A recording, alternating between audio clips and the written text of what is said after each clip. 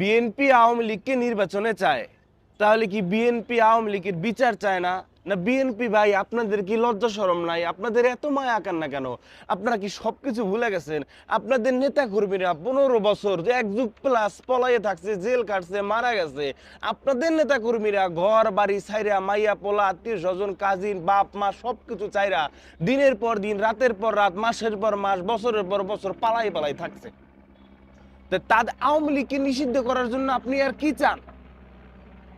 BNP যদি আওয়ামী লীগকে নিয়ে নির্বাচন করতে চান, তার মানে এইটা আপনারা আওয়ামী লীগের মতো এক না একতন্ত্র করতে চান, এক শাসনতন্ত্র আপনারা করতে চান। এই চিন্তা ভাবনা যদি আপনাদের ভিতরে থাকে, মনে রাখবেন এই বাংলাদেশে আবার ছাত্র জনতার জয় হবে।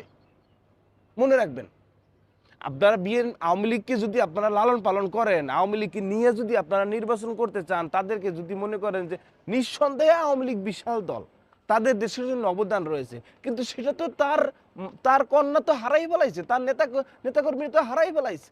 পুলিশ দিয়ে গুলি করায়, সেনাবাহিনী দিয়ে গুলি করায়, এরা মানুষের বুকে, নিরীহ মানুষের বুকে, ছাত্র জনতার বুকে এরা গুলি চালায়। তাদের তো অর্জন তার তো হারাই ফেলাইছে।